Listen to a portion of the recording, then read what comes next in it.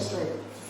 The heat is on. Do you think we should I turned the heat off. It's just a fan going. Okay, it's the number, is it? Yeah, it's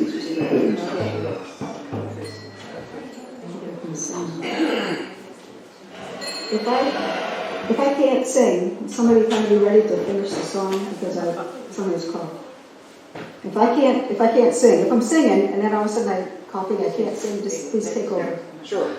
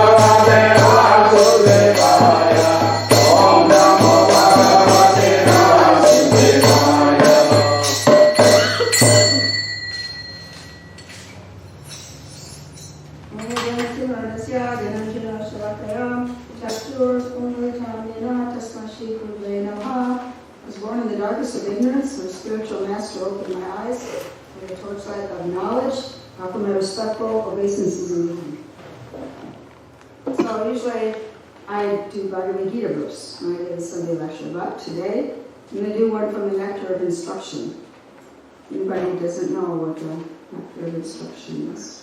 It's written by Srila Rupa Goswami. No, yeah. And didn't say that anyway. And it is a practical guide for how to be a good devotee. So we all need that.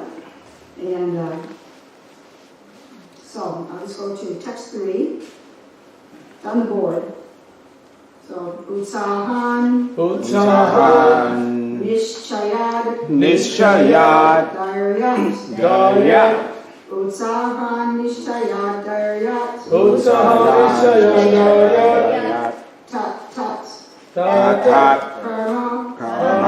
Pravartanat.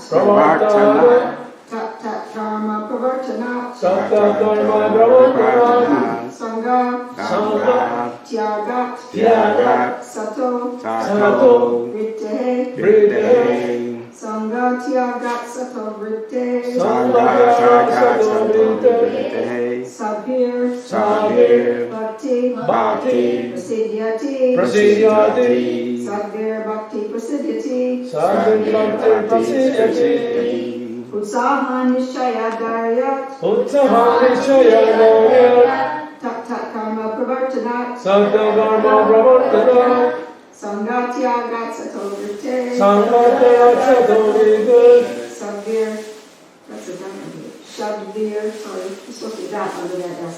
Shadvir Bhakti Prasidyati. Utsahan Nishayadaryat.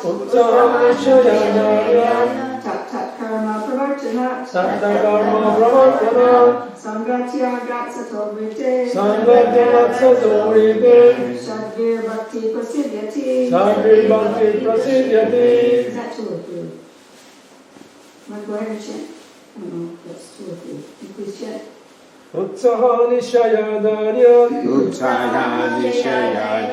Tattakarma pravartana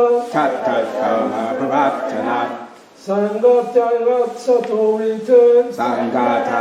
Sato Vritte Sadhi Bhakti Prasidyati Utsahan Nishayadaryat. Tat karma pravartana. Sangatyagat Sato Vritte. Shadvir Bhakti Prasidyati. Utsahan Nishayadaryat. Tat karma pravartana. Sangatyagat Sato Vritte Sabir Bhakti Prasidyati. Somebody else? Anybody? Okay, the word meanings. Utsahat. By enthusiasm. Nishayat. By confidence. Daryat. By patience. Tat tat karma. Various activities favorable for devotional service. Pravartanat. By performing. Sangha Tyagat. By giving up the association of non-devotees. Sataha. Of the great previous acharyas. Vritte. By following in the footsteps. Shadvi. By these six. Bhakti. Devotional service. Prasidyati. Advances or becomes successful. Translation and purport by His Divine Grace A.C. Bhaktivedanta Swami Srila Prabhupada. There are 6 principles favorable to the execution of pure devotional service. 1. Being enthusiastic. 2. Endeavoring with confidence. 3. Being patient. 4. Acting according to regulative principles such as Shravanam, Kirtanam, Vishnu, Smaranam, hearing, chanting, and remembering Krishna. 5. Abandoning the association of non-devotees. And 6. Following in the footsteps of the previous acharyas. These 6 principles undoubtedly assure the complete success of pure devotional service. Let's repeat. There are 6 principles favorable. To the execution of pure devotional service. 1. Being enthusiastic. 2. Endeavoring with confidence. 3. Being patient. 4. 4. Acting according to regulative principles. 4. Acting according to regulative principles, Such as Shravanam, Kirtanam, Vishnu, Smaranam. such as Shravana, Kirtana, Vishnu, Smarana, Hearing, chanting, and remembering Krishna. hearing, chanting, and remembering Krishna, 5. Abandoning the association of non-devotees. abandoning the association of non-devotees. And 6. Following in the footsteps of the previous acharyas. And 6. Following in the footsteps of previous These 6 principles undoubtedly assure These 6 principles undoubtedly assure the complete success the complete success of pure devotional service. of pure devotional service. You'll be delighted to know this purport is many pages long. It could be a booklet, but we're not going to do the whole thing. I'll just go and I'll talk in different points and we'll just see how far we get, because everything is good. So purport. Devotional service is not a matter of sentimental speculation or imaginative ecstasy. Its substance is practical activity. Srila Rupa Goswami, in his Bhakti Rasamrita Sindhu 1.1.11, has defined devotional service as follows. Anya vilasitas shunyam gyanakarmanyana ritam anukuryena krishnanu shivanam bhakti uttama. Uttama bhakti, or unalloyed devotion unto the Supreme Personality of Godhead Sri Krishna, involves the rendering of devotional service in a way that is favorable to the Lord. Right there, I can point out something I can talk about. Favorable to the Lord, that means trying to please Him, which means not trying to pursue our own sentimentality or good feelings or like that. We find out what's favorable to Krishna and we do it. Please Krishna. So it's different from like sentimental ecstasies or something like that. So it's very simple really, as long as we have some instructions, which we do when we have under Prabhupada, we have instructions. So the rendering of devotional service in a way that is favorable to the Lord. This devotional service should be free from any extraneous motive and devoid of fruitive karma, impersonal jnana, and all other selfish desires. So fruitive karma means I'm doing my devotional service because I want to get some good karma. And impersonal jnana means I'm searching for the difference between spirit and matter, but I'm not going to surrender to some personal God. No, I'm just going to find out, what spirit is. So that's impersonal jnana. And though there's many selfish desires mentioned in a group, this one we're heading of selfish desires. Idea is to please Krishna, not to do it for ourselves. Bhakti is a sort of cultivation. As soon as we say cultivation, we must refer to activity. Can you cultivate a garden without being active? Cultivation of spirituality does not mean sitting down idly for meditation, as some pseudo-yogis teach. Such idle meditation may be good for those who have no information of devotional service. And for this reason, it is sometimes recommended as a way to check distracting materialistic activities. Meditation means stopping all nonsensical activities, at least for the time being. Devotional service, however, not only puts an end to all nonsensical mundane activities, but also engages one in meaningful devotional activities. So we have many members of the Hare Krishna movement started out meditating impersonally. They just learned something about meditation, try this kind of meditation, that kind of meditation. And in itself, it doesn't get you Krishna. It doesn't get you happiness. However, it gives you some peace and like I said, some stopping nonsense activities. So it's a step toward where you might become receptive to hearing about Krishna. It's a step on the path. But once you have devotional service, you have knowledge of Krishna, you don't need impersonal meditation anymore. It's like when you get somewhere on an airplane, you're all done with the ticket, you don't care what the airplane does after that, you're right, you're at your destination. So Prahlad Maharaj recommends Shravanam, Kirtanam, Vishnu, Smaranam, Padasevanam, Archanam, Vandanam, Dasyam, Satyam, Atma Nivedanam. The 9 processes of devotional service are as follows. 1. Hearing the name and glories of the Supreme Personality of Godhead. 2. Chanting His glories. 3. Remembering the Lord. 4, serving the Lord's feet. 5, worshiping the deity. 6, offering obeisances unto the Lord. This is Vandanam. It's often translated as offering prayers. And sometimes people think any kind of prayer this means. This means praising prayers. Offering obeisances. We all can pray for other kinds of help, but that's maybe more like serving the Lord's feet, because when we pray for help, we pray for something that we need. We're sort of like beginning to put ourselves at the lotus feet of the Lord, because I need help, and dear God, please help me, like that. And it's a beginning, like in the Bhagavad Gita, Krishna says, 4 kinds of pious persons begin devotional service to me. So those who come to him asking for help, they need money, or they're in distress, or you want whatever they want something, but they come to the Lord. And so then they're in a position where they're at the Lord's lotus feet and they're beginning to render devotional service.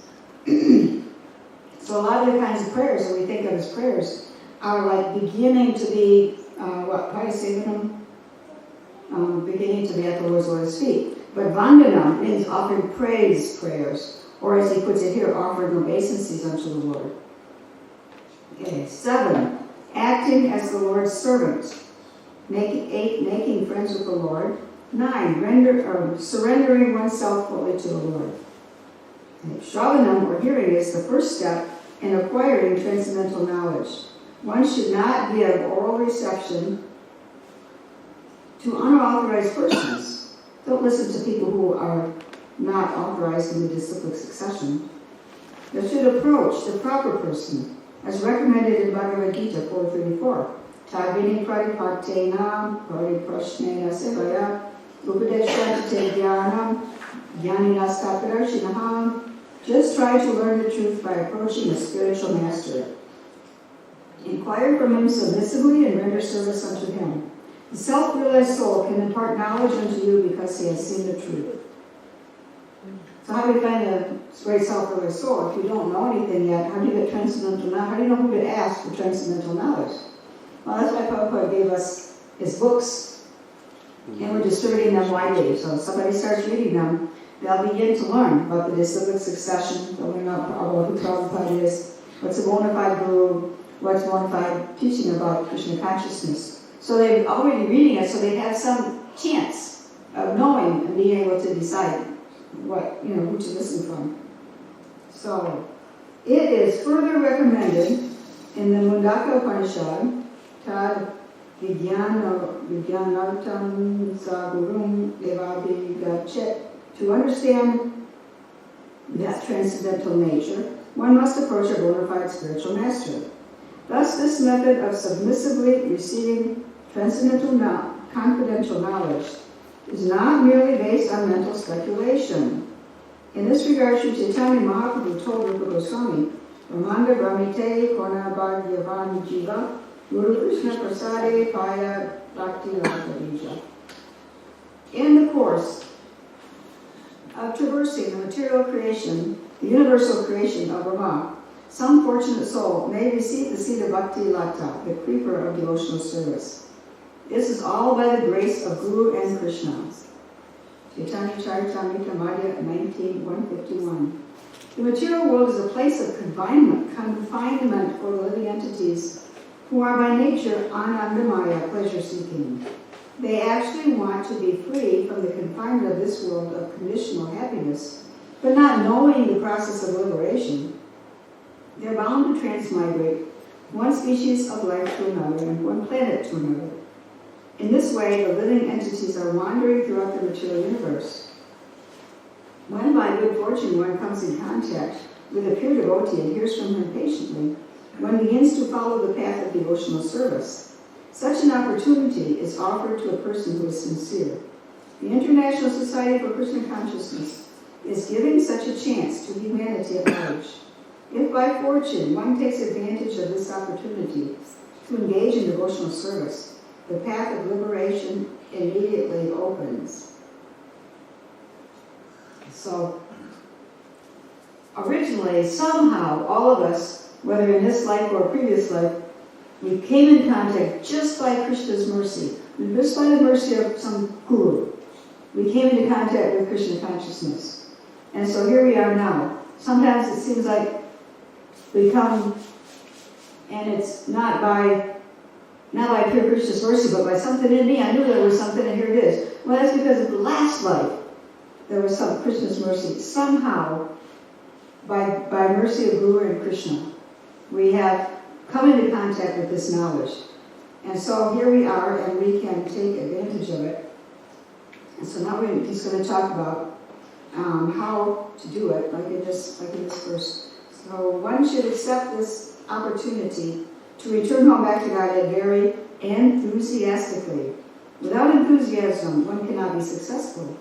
Even in the material world, one has to be very enthusiastic in his particular field of activity in order to become successful. A student, businessman, artist, or anyone else who wants success in his line must be enthusiastic. Similarly, one has to be very enthusiastic in devotional service. Enthusiasm means action, but action for whom? The answer is that one should always act for Krishna. Krishnartha kila cheshta bhakti rasamrita sindhu. In all, is this the same topic? Anyway, in all phases of life, one has to perform devotional activities under the direction of a spiritual master in order to attain perfection in bhakti yoga. It is not that one has to confine or narrow one's activities. Krishna is all-pervading. Therefore, nothing is independent of Krishna. As Krishna himself states in Bhagavad Gita, Maya titam idam sarvam jagat abhyakta murtina matstani sarvabhutani nachaham keshwavashtitaha. This is from 9.4. By me and my unmanifested form, this entire universe is pervaded. All beings are in me, but I am not in them. Under the direction of the bona fide spiritual master, one has to make everything favorable for Krishna's service. So, he gives the example of a dictaphone. It's kind of long to read, but only because Krishna created the possibility of a dictaphone and all the materials that go into a dictaphone and everything. We've been reading in Srimad Bhagavatam about how everything is Krishna. And we started out with the second canto, and the first step in God realization is to understand the universal form of Krishna. And then Purusha Shukta confirmed is like the Purusha Shukta, my understanding, is glorifying the Lord as the universal form. And his confirmation is the Lord Brahma was saying when I started, he was explaining to Narada Muni, when I started to set things up, I had to offer sacrifices, and I had nothing except Krishna's form to make these sacrifices. And so he used Krishna's form, and Krishna's material form, is the universal form, is made of his lower energy, and anyway, it's Krishna, and everything is Krishna. So Lord Brahma had to use Krishna's body in order to make the ingredients to offer a sacrifice to Krishna. Just like the person in the Ganges who offers Ganges water to the Ganges. That's how we understand our total dependence, like that. So, again, here it's talking about Krishna. Prabhupada wants to talk about the dictaphone. Well, it's made of Krishna's energy and made of all these different elements that have been brought here and there by people using Krishna's energy to do it, etc., etc. It's all Krishna. Everything is depending on my energy, Krishna says. Thus, the devotee can understand that since nothing is independent of Krishna's energy, everything should be dovetailed in his service. Endeavor executed with intelligence in Krishna consciousness is called utsaha, or enthusiasm. Endeavor executed with intelligence. It's interesting to ponder the meaning of those words. But to make the endeavor and your intelligence, it's not just your mind being brainy. Intelligence doesn't just mean braininess. It means the intelligence is the part of your subtle body that's closest to the supersoul. So you are trying to please the supersoul, trying to accept direction from the supersoul. And how this turns out to be enthusiasm, well, you have to really want to. You have to really care. You have to really want to try hard to understand what Krishna wants and how to please him.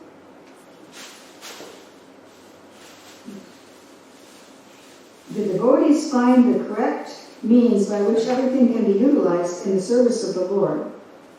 Nirbandha Krishna Sambandhe Yutam Vairavyam Uchate. The execution of devotional service is not a matter of idle meditation, but practical action in the foreground of spiritual life. That's what's so special about the Krishna consciousness movement. What we learned was you don't sit around and try to think about God or try to empty your mind or something. And it's not about not doing. And Arjuna was a little disappointed at first to find out that it's not about not doing, because he didn't want to fight in the war. He thought it would be a terrible thing, and he thought he had all kinds of good reasons why he shouldn't do it. And to his surprise, Krishna was not going to support that idea. So Arjuna was thinking, maybe I should really go off and meditate. That would be better. Krishna said, no, it's not better. In fact, Krishna told him that you're going to end up doing according to your nature anyway. So your nature is to fight. You'll fight somewhere. And suppose he escapes the whole battle, and then afterwards some of them come after him, or some Aboriginal tribe or something. Somehow he's going to have to fight. He's going to have to. And he can't escape it. This is nature and his duty. Sanatan Dharma, eternally, Dharma means our duty, and our Varnashram Dharma is according to our psychophysical nature that we got in this particular lifetime. And we have a duty connected to it. We should do it. We should understand the qualities and duties connected to our psychophysical nature. And of course, Sanatan Dharma means the eternal Dharma. We're not eternally in these bodies. We don't eternally have a particular Varna or a particular psychophysical nature. So, eternal Dharma is that we're to please Krishna, trying to serve Krishna. We're naturally servants. Dharma, so the word Dharma means that which can't be separated from you. So we're servants of something. Whether we serve our senses or our cat or our boss or our family or Krishna, we're serving. We're always, if we think we're not serving, it's an illusion, we're serving. We can't escape it. So Sanatana Dharma is to serve Krishna. Varnashram Dharma is a way to use your physical situation in an orderly way to serve Krishna, and that brings us up to the level of pure devotional service. Pure devotional service is the goal. So here we are, we got enthusiasm, these activities, and endeavor. What was the list here? Being enthusiastic, endeavoring with confidence, and being patient. Okay, so these activities must be executed with patience. One should not be impatient in Krishna consciousness. Remember the first year, we started chanting, why isn't it becoming easier? Why am I not seeing Krishna? It's supposed to have some results. Are we supposed to become pure devotees? I'm not yet. In fact, as the year goes on, I find out I'm not. I thought maybe I was. Sometimes in the beginning we think we're a pure devotee. And then we find out we're not, and then we find out more and more and more how we're not. It's like we're going downhill, It's supposed to be going uphill. We're going downhill. It feels like. So, patience. Because it takes a long time. When I was chanting 20 years ago, 20 years is a long time. Is that what it takes? And now it's been almost 35 years. I have to calculate every time I can remember. But it's almost 35 years. I've been chanting, and I'm feeling like I'm, making a little, I can feel some difference from how it was. So there's a progress. So it's slow, we have to be patient. Enthusiastic and patient. And endeavoring with confidence. So the endeavor part, really the endeavor is connected with enthusiasm, and it's connected with patience. Because it's not easy to keep endeavoring. You have to be patient. And Prabhupada puts the example of having a child. So you want to have a child. So let's have one immediately. No, 9 months of difficulty and maybe misery, discomfort, and patience, tolerance, and then you finally get a baby. So endeavor requires patience. Endeavor also requires enthusiasm, or you won't even be willing to have the patience. So you have to have enthusiasm and patience together and balancing. You have to make this practical endeavor. It's not sitting around waiting for it to happen. It's not sitting around imagining that it's happening, that you're making it. We can imagine our advancement, but actually, we have to really do it. We have to really make the endeavor, really chant, really do our service year after year, be patient and do our service, and gradually it grows. So, how much time we got? I'll stop pretty soon. Let's see.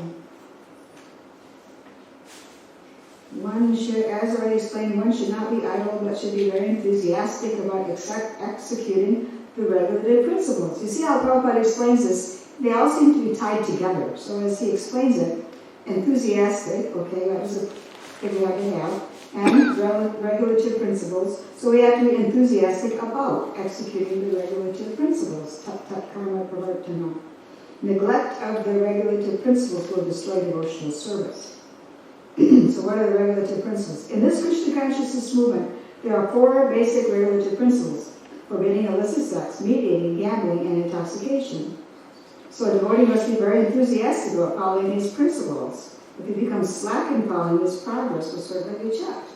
So it's an austerity, especially in the West, where we grew up trained to think these things are kind of like our right. You know, we assume from society that we can do all these things and do some yoga and make spiritual advancement. But no, we have to control ourselves. So you have to be enthusiastic about the purpose of this kind of self-control, so that you can still keep doing, you can still keep controlling yourself like that. And let's see, if one comes like, Srila Rupa Goswami therefore recommends tat tat karma pravartana. One must strictly follow the regulative principles of Vaidhi Bhakti. Vaidhi Bhakti means practice bhakti, because we have to practice to become pure. And the principles guide us.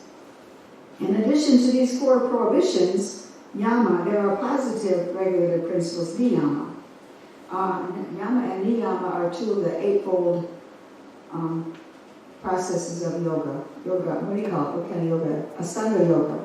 That actually kind of goes along with how we live, but we're in a different system, different practices. But the principles they correlate. So, such as the daily chanting of 16 rounds on Japamala beads. These regulative activities must be faithfully performed with enthusiasm. This is called tat tat karma pravartana, for varied engagement in devotional service. Furthermore, in order to be successful in devotional service, one must give up, that's the next one, association with desirable people. So anyway, 4 regs and 16 rounds. You have to be enthusiastic. And to chant rounds, day after day after day, you can become complacent. You can become, you're always fighting complacency, and always fighting boredom and restlessness. Come on, I have some action here. And I gotta do this. So we have to keep cultivating our enthusiasm. We keep like renewing our japa somehow, and keep cultivating our enthusiasm. Over the years, I've found a lot of different ways to try to renew it. Take a little bit different angle and how I think when I'm doing it, how I approach it. Keeps it fresh. Furthermore, in order to be successful in devotional service, one must give up the association of undesirable people. This includes karmis, jnanis, yogis, and other non-devotees. So just to simply talk about that. Sometimes people seem to be devoted, sometimes it seems to be within the culture, the same culture. Okay, all respects to people who are following these other paths, but these other paths don't help us if they are self-centered in their goal. So we can give association, but not receive association, not become influenced by, I could try to get some karma out of this devotional service. Maybe I should. You can hear from people and do these ideas sometimes. I should try my wealth so that I get some wealth. Life will be easier, yes. So we have to be careful of picking up that kind of thing. So this is why we don't associate with non-devotees. And these are called non-devotees because they're not putting Krishna first. Right about all of these. 6 following the footsteps of previous charges. And we'll look for that so we cover it and we can stop.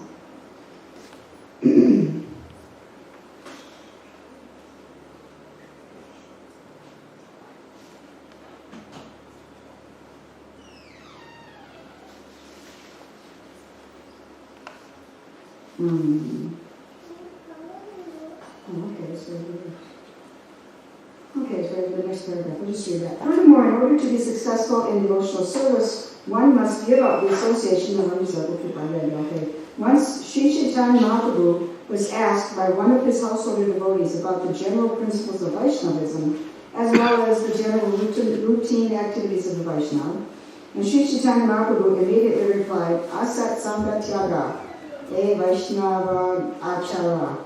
Characteristically, a Vaishnava is one who gives up the association of worldly people or non-devotees. Srila Narottam Das Thakur has therefore recommended Tangara Charana Sevi Bhakta Sanivasa. One has to live in the company of pure devotees and execute the regulative principles laid down by the previous acharyas, the 6 Goswamis.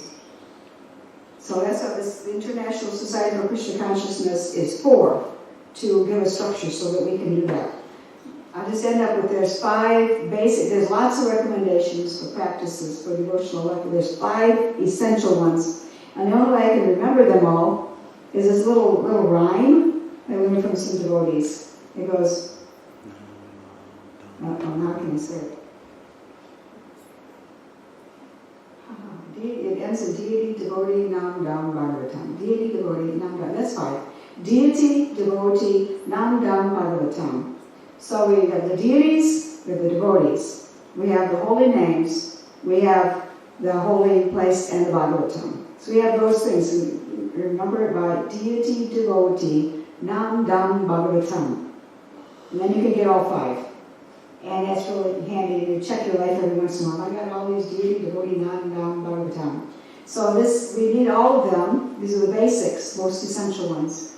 Lord Chaitanya taught this. So if we structure our lives this way, and we follow these principles of how to practice, the nectar of instruction tells what not to do, what to do, and it ends up in the first half, it has guidance like that. In the second half, it has guided meditations, all leading us to Radha and Krishna and Vrindavan. And so, small book, and there's how many? I think there's 11. Yeah, 11 texts. Lots of big purports. 11 texts, and it's really, really a good book. Really basic necessity. So I'll stop there. Any comment or question? Discussion? I think, isn't that the book that was actually a lecture that Prabhupada gave in London? Nectar of Instruction? I don't think so, because it's got all these verses.